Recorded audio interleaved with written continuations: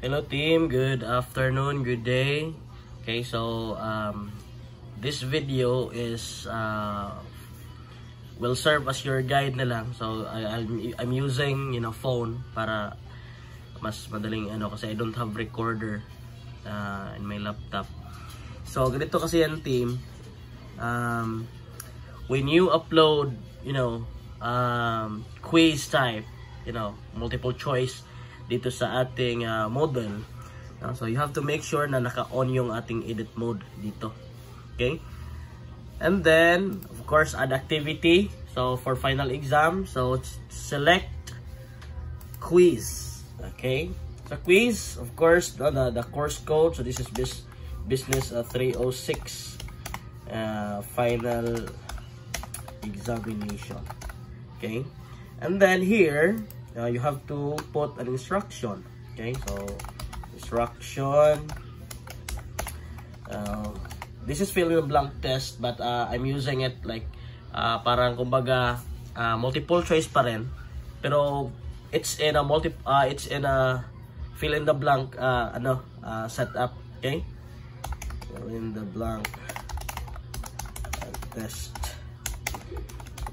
Choose the letter of the correct answer. Okay,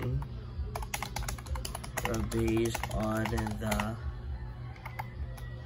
choices provided. Yan lang. And then when you put a instruction, you have to make sure na naka-check ang display description on course page. Okay, kasi para mas makita yan doon. Then after that, huwag kalimutan ang i-fix mo na ang timing, no? So open quiz, enable. So kailan yung exam? So for me, for business 306, this is tomorrow. Okay, so tomorrow it would be February 1. No, it should be February 1. Okay, February 1, and then it will be available. Okay, so depende sa anong oras yung ko. Okay, let's say for me it's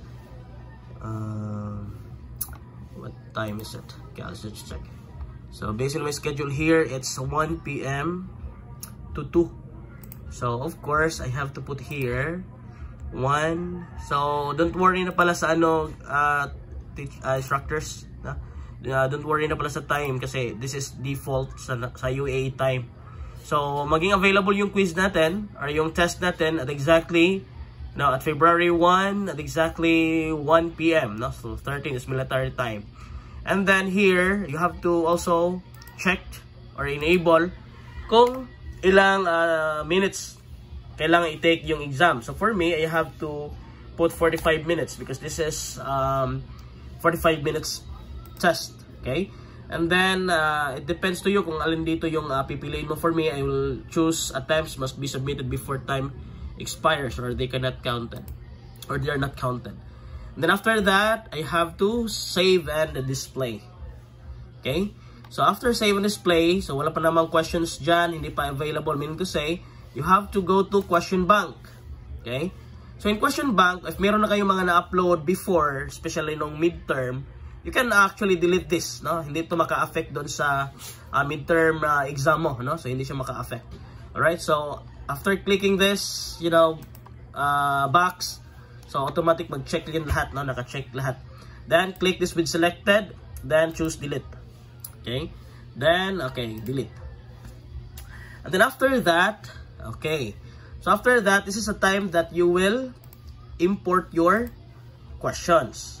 Okay, so after clicking this one, choose import, and then icon mode or format. Alright, so punta na tayo dito sa ating final exam. Okay, ano ba yun? Business 306 fall major exam. So this one, no? So Business 306. Okay, then click import. Okay, as you can see, there are 30 questions, no? In this file. There are 30 questions. Oh wait, yeah, it's 30 questions. Hold on. Okay, wait. I have to I have to delete this again. Hold on. Okay, I have to delete this again because I need to upload the final exam. I'm not sure if I'm doing the correct one. I'll just delete this again and upload another file. So again, import, then I can format, and okay, drag the file. So yeah, I accidentally used the midterm exam. So I'll just drag the final examination. Then after dragging, click import. And here you go, nakikita natin yung questions. So I created 25 questions. Fill in the blanks. Alright? So fill in the blanks. Then click continue. Okay? So after clicking continue, you can see the list of questions here. So doon na tayo pupunta sa questions. Okay? Dito na sa questions. And then questions, makikita natin. Now there are, it's here that there's 100 here. So you can click the shuffle if you want your questions to be shuffled during the exam.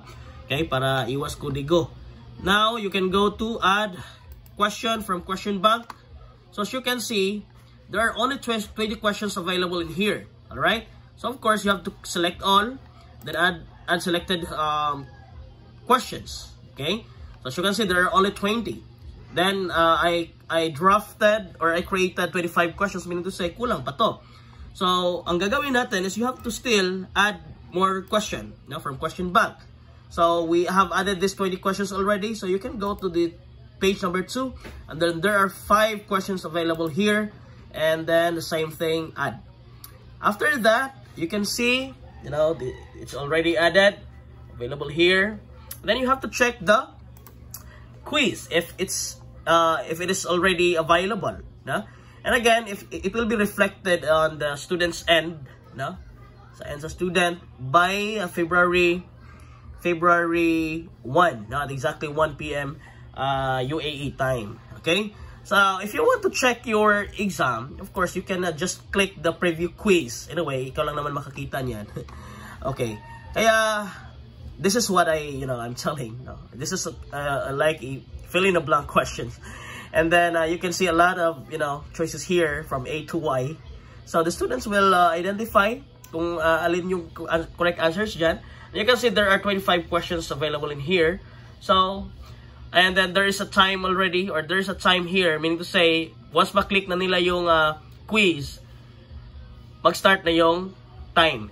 Okay? So, if you put 45 minutes now for the timing, then automatic, dapat tapusin ni student within 45 minutes yung test. No?